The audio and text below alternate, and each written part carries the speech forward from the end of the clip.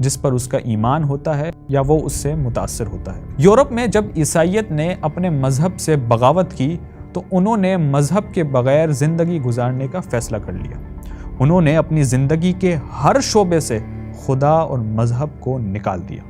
جو معاشرہ God centric یعنی خدا مرکز تھا، اب وہ ہیومن سینٹرک یعنی انسان مرکز ہو گیا۔ پہلے ہر چیز میں خدا کی رضا کو مد نظر رکھا جاتا تھا، اب ہر کام انسانی خوشی اور فائدے سے وابستہ ہو گیا۔ اس زندگی کو صرف ایک مادی حقیقت سمجھا جانے لگا اور اس کی روحانیت کا انکار کر دیا گیا۔ حلال و حرام کو ترک کر کے مالی نفع و نقصان معیار بن گیا۔ مٹیریلزم، مادہ پرستی نے اخلاقیات کو بھی مادی فوائد اور نقصان تک محدود کر دیا۔ انہیں ایسی اخلاقیات کی ضرورت تھی جس میں خدا اور مذہب کا کوئی عمل دخل نہیں ہونا چاہیے۔ اس لیے ان لا مذہب فلسفیوں نے اس پر کام کرنا شروع کیا۔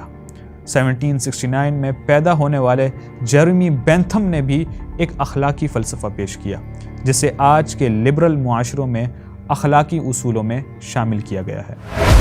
یہ ہے یوٹیلیٹیرینزم۔ اس اخلاقی ضابطے کو اردو میں افادیت پسندی کہا جاتا ہے۔ یوٹیلیٹیرینزم کا بنیادی ضابطہ یہ ہے کہ morally right action is the action that produces the most good، یعنی اخلاقی طور پر درست کام وہی ہوگا جس میں لوگوں کو زیادہ سے زیادہ گڈ یعنی فائدہ پروڈیوس کیا جائے۔ آسان الفاظ میں اس فلسفے کو اس طرح پیش کیا جا سکتا ہے کہ greatest goods for greatest numbers, یعنی زیادہ سے زیادہ لوگوں کو زیادہ سے زیادہ فائدہ پہنچانا۔ کون سا کام اخلاقی طور پر غلط ہوگا، کون سا کام اخلاقی طور پر درست ہے، اس کا پتہ اس طرح لگایا جائے گا کہ اس کام کے فائدے اور نقصان کتنے ہیں۔ اگر فائدے کم اور نقصان زیادہ ہیں تو وہ کام اخلاقی طور پر غلط شمار ہوگا، چاہے وہ دنیا کا کتنا ہی نیک کام ہو۔ اگر فائدے زیادہ اور نقصان کم ہے تو وہ کام اخلاقی طور پر بالکل درست ہوگا، چاہے وہ دنیا کا کتنا ہی بیہودہ کام ہو۔ ویڈیو کے شروع میں جو مثالیں آپ کے سامنے پیش کی تھی وہ بھی اس بھیانک فلسفے کو خوب واضح کرتی ہے۔ فورڈ نامی اس کمپنی نے دا پنٹو گاڑی میں موجود ایک جان لیوا فالٹ کو دور کرنے سے صرف اس وجہ سے منع کر دیا کہ اس فالٹ کو دور کرنے سے فائدہ کم اور نقصان زیادہ ہے۔ اس طرح کہ ایک گاڑی سے اس فالٹ کو دور کرنے میں تقریباً $11 کا خرچہ آئے گا۔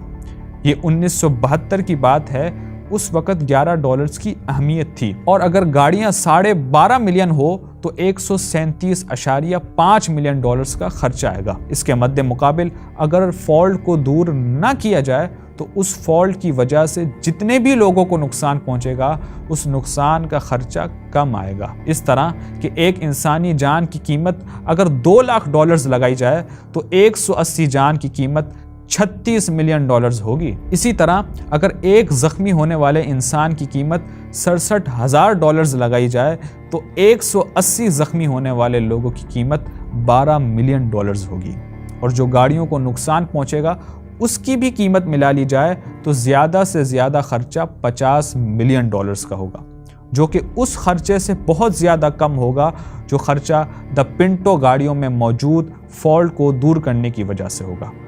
ناظرین، آپ نے دیکھا کہ کس طرح اس یوٹیلیٹیرینزم کے فلسفے نے ایک انسان کی قیمت لگا کر اس کا مذاق بنایا، اور کس طرح اس فلسفے نے ایک بھیانک کام کو جس کی وجہ سے کئی لوگ مر گئے، اس کام کو زیادہ لوگوں کی خوشی کے ترازو پر تولتے ہوئے اس کو اخلاقی طور پر درست ثابت کر کے لوگوں کے سامنے پیش کیا۔ اسی طرح تمباکو کی ملٹی نیشنل کمپنی فلپ مورس نے چیک ریپبلک کو جو آفر دی کہ اپنے لوگوں کو سگریٹ نوشی کرنے پر زیادہ سے زیادہ ابھاریں، یہ آفر بھی اسی بنیاد پر دی گئی تھی کہ جتنے لوگ زیادہ سگریٹ نوشی کریں گے اتنا زیادہ گورنمنٹ کو فائدہ پہنچے گا۔ کس طرح؟ ابھی بتا دیتے ہیں۔ کمپنی نے ایک کیس اسٹڈی کیا کہ چیک ریپبلک میں لوگ جتنا زیادہ سگریٹ نوشی کریں گے گورنمنٹ کو نقصان کے بجائے فائدہ زیادہ پہنچے گا۔ نقصان تو یہ ہوگا کہ لوگ سگریٹ نوشی کرنے کی وجہ سے زیادہ بیمار ہوں گے، جس کی وجہ سے گورنمنٹ پر یہ بوجھ آئے گا کہ وہ زیادہ سے زیادہ علاج کے لیے دوائیاں اور ہیلتھ کیئر اشیاء پروڈیوس کریں۔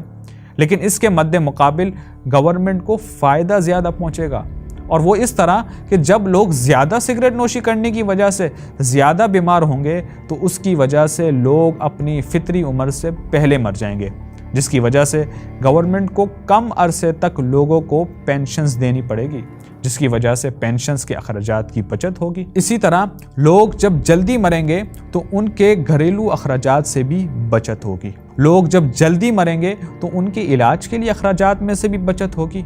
تو تمباکو کی اس کمپنی نے نتیجہ نکالا کہ سگریٹ نوشی کرنے کی وجہ سے جتنے لوگ اپنی فطری عمر سے پہلے مر جائیں گے ان میں سے ہر ایک سے تقریباً $1227 کی بچت ہوگی۔ تمباکو کی اس کمپنی نے لوگوں کو سگریٹ نوشی کے فوائد بتانے کے لیے جو بھوندا طریقہ استعمال کیا ہے اس کو کاسٹ بینیفٹ انالیسس کہا جاتا ہے۔ تو اس مثال سے ایک اور بات واضح ہو جاتی ہے کہ جیرمی بینتھم کا پیش کیا گیا یہ یوٹیلیٹیرینزم کا فلسفہ کسی انسانی جان کی قیمت لگانے سے بھی نہیں رکتا، بلکہ یہ فلسفہ فائدہ اور نقصان کو جاننے کے لیے ایک انسانی جان کو بھی کچھ پیسوں، روپیوں اور ڈالرز پر تولتا ہے۔ اسی طرح جن ممالک میں چرس کا استعمال قانونی ہے اس کی اصل وجہ بھی یہی یوٹیلیٹیرینزم کا فلسفہ ہے کہ چرس کا استعمال قانونی کرنے سے اس کے نقصان کم اور فائدے زیادہ ہوں گے۔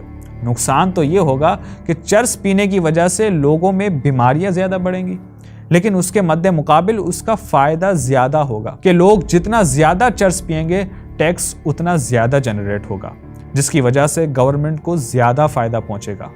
اسی طرح چرس کے قانونی ہونے کی وجہ سے نوکریوں میں بھی اضافہ ہوگا۔ اسی طرح پہلے جو چرس بلیک مارکیٹ میں بکتی تھی جس کی وجہ سے ملکی معیشت کو نقصان پہنچتا تھا، اب چرس کے قانونی ہونے کی وجہ سے وہ بلیک مارکیٹ میں بھی نہیں بکے گی۔ اسی طرح فائدے گنتے جائیے اور چرس پیتے جائیے۔ ناظرین، اب آپ خود فیصلہ کیجئے کہ کیا فائدہ اور نقصان کے ترازو پر تولے ہوئے کسی بھی کام کو اخلاقی یا غیر اخلاقی کہا جا سکتا ہے؟ اگر کوئی انسان پیسہ بچانے کے لیے کسی حلال جانور کا گوشت نہیں خریدتا بلکہ اپنے ہی مرے ہوئے بھائی کا گوشت پکا پکا کر کھاتا ہے تو کیا یہ کام صرف اس وجہ سے اخلاقی تصور کیا جائے گا کہ پیسے کی بچت کر کے اس انسان کو زیادہ فائدہ پہنچے گا اور کسی کا نقصان بھی نہیں ہو رہا؟ لاش کو تو ویسے ہی کیڑوں نے کھانا ہے تو کیوں نہ فریج میں رکھ لیا جائے؟ اگر کوئی شخص بازار سے ایک ثابت فروزن مرغی خریدتا ہے اور اس مرغی کو کھانے سے پہلے اپنی جنسی خواہش اس سے پوری کرتا ہے اور پھر اسی مرغی کو اچھے سے دھو کر پکا کر کھا لیتا ہے تو کیا یہ کام صرف اس وجہ سے اخلاقی تصور کیا جائے گا کہ ایک مرغی سے دگنا فائدہ حاصل ہو رہا ہے، کہ بھوک بھی مٹ رہی ہے اور جنسی خواہش بھی پوری ہو رہی ہے، جبکہ نقصان کوئی نہیں ہے؟ کیا ایک عورت کا ایک سے زیادہ مردوں سے شادی کرنا صرف اس وجہ سے اخلاقی مانا جائے گا کہ بیوی کے جتنے زیادہ شوہر ہوں گے اتنا زیادہ بیوی کو معاشی فائدہ حاصل ہوگا؟ ناظرین، اگر اسی طرح ہر کام کو لوگوں کے مفاد پر تولنا شروع کر دیا جائے گا تو بہت سارے بھیانک کام بھی اخلاقیات میں شامل ہو جائیں گے، کیونکہ انسان اپنے مفاد کو پورا کرنے کے لیے کسی بھی حد تک جا سکتا ہے، جبکہ دوسری طرف اسلام نے انسانوں کو اخلاقی کاموں کا ایک ایسا فطری اسٹرکچر دیا ہے کہ جو اللہ کے نازل کیے ہوئے احکامات سے لیا گیا ہے۔ اللہ کے نازل کیے ہوئے ان اخلاقی احکامات پر عمل کر کے نہ صرف انسان کو فائدہ حاصل ہوتا ہے بلکہ انسان کو ذہنی سکون بھی ملتا ہے، جس سے انسان اپنے رب سے قریب ہو جاتا ہے۔ اللہ کے نازل کیے ہوئے اخلاقیات پر عمل کر کے نہ صرف انسان بہت سارے معاشرتی مسائل سے بچ جاتا ہے بلکہ اگر اجتماعی طور پر ان اخلاقیات پر عمل کیا جائے تو بڑھتے ہوئے جرائم میں بھی کمی واقع ہوتی ہے، اور یہ اس وجہ سے ہوتا ہے اسلامی اخلاقیات محدود عقل انسانی کے نفع و نقصان کے پیمانوں پر منحصر نہیں ہوتی بلکہ یہ اخلاقیات خالق کائنات کے دیے ہوئے احکامات سے لی جاتی ہے جن کی پوشیدہ حکمتوں کو محدود انسانی عقل مکمل طور پر نہیں سمجھ سکتی۔ اسی وجہ سے بہت سے ایسے کام جن میں بظاہر فائدے نظر آتے ہیں لیکن اللہ کے احکامات کی وجہ سے ایک مسلمان اس سے رک جاتا ہے۔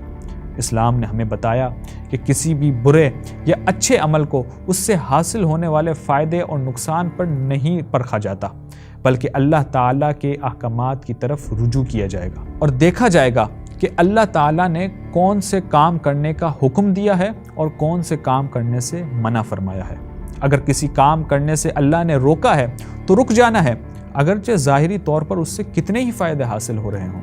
مثال کے طور پر اللہ نے قرآن مجید میں ایک انسان کے قتل کو پوری انسانیت کا قتل قرار دیا، لیکن جب باری آتی ہے جہاد کی تو وہی اللہ نہ صرف ایک مسلمان کو بلکہ تمام مسلمانوں کو جہاد کرنے کا بھی حکم دیتا ہے۔ اسی طرح مقاصد شریعت میں سے ایک مقصد انسان کے مال کی حفاظت کرنا ہے، لیکن سال پورا ہونے پر اسی مال سے زکوٰۃ دینے کا حکم بھی شریعت نے دیا ہے۔ بہت ساری اسٹڈیز ہمیں یہ بتاتی ہیں کہ ریڈ وائن پینے سے انسانی جان کو بظاہر زیادہ فائدہ پہنچتا ہے۔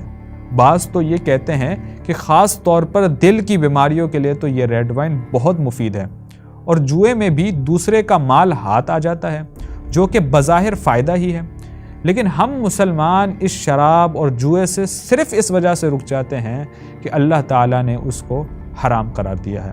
اللہ تعالیٰ نے قرآن مجید میں فرمایا یسألونک عن الخمر والمیسر قل فیہما اسم کبیر ومنافع للناس واسمہما اکبر من نفعہما۔ آپ سے شراب اور جوئے کے متعلق سوال کرتے ہیں تو آپ فرما دیجئے ان دونوں میں کبیرہ گناہ ہے اور لوگوں کے لیے کچھ دنیاوی منافع بھی ہیں، اور ان کا گناہ ان کے نفع سے زیادہ بڑا ہے۔ صرف یہی نہیں بلکہ درجنوں ایسی مثالیں مل سکتی ہیں کہ جن میں بظاہر تو فوائد نظر آتے ہیں، لیکن ہم مسلمان ان کے استعمال کو صرف اس وجہ سے ترک کر دیتے ہیں کہ اللہ تعالیٰ نے ان اشیاء کو استعمال کرنے سے منع فرمایا ہے۔ یہی وہ نقطہ ہے کہ جہاں اسلام کا فلسفہ جیرمی بینتھم کے پیش کیے گئے فلسفے یوٹیلیٹیرینزم پر غالب آ جاتا ہے۔ ایک طرف یوٹیلیٹیرینزم جو ایک انسان کے اعمال کو لوگوں کی خوشی اور غمی پر تولتا ہے، جس کے پاس حق اور باطل، صحیح اور غلط کا کوئی حتمی معیار نہیں، بلکہ یہ کہ زیادہ لوگوں کی خوشی کیا ہے۔ دوسری طرف اسلام لوگوں کے اعمال کو خدا کے دیے ہوئے احکامات کی بنیاد پر پرکھتا ہے۔ ایک طرف یوٹیلیٹیرینزم جو لوگوں کی ساری توجہ اس مادی دنیا میں حاصل ہونے والے ظاہری فوائد کی طرف کرتا ہے، جبکہ دوسری طرف اسلام لوگوں کی توجہ کو ان فطرت کے اصولوں کی جانب کرواتا ہے جن کی بدولت انسانی زندگی شائستہ، متوازن، باہمی رشتوں کے احترام و محبت اور فطرت دوست رہتی ہے، جو اس دنیا کے ساتھ ساتھ آخرت کی فلاح کی ضمانت بھی دیتی ہے۔ یہی وہ نقطہ ہے کہ جہاں اسلامی فلسفہ یوٹیلیٹیرینزم جیسے فلسفے کو شکست دے دیتا ہے۔